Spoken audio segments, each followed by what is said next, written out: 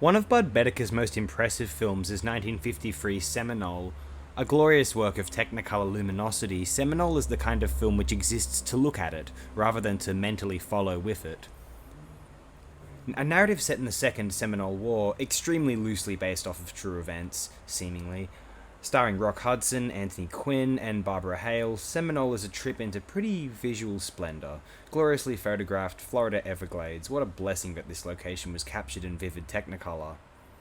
At least one user review on IMDb claims that this film was evidently not shot on location, so I'll just acknowledge that it is very possible much of the scenes involving lead actors could have been filmed on a lot. Far from impossible. Seminole is a great film to just play on the television as background music. It isn't necessarily ideal to place as the hypothetical highlight of one's day, although as a production I find it wholly admirable. Stellar work of colour cinematography. Seminole doesn't necessarily feel epic in scope.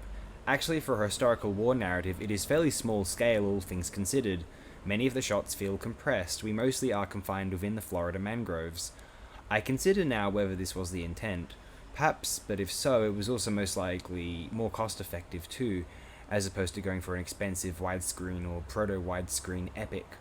It reminds me almost of one of those efficient Michael Curtiz numbers, and I mean this in a complimentary manner, as I obviously quite like some of those classic Curtiz romps.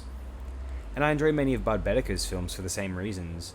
Along with The Rise and Fall of Legs Diamond, Seminole is the finest Boeticker film yet discussed for this program.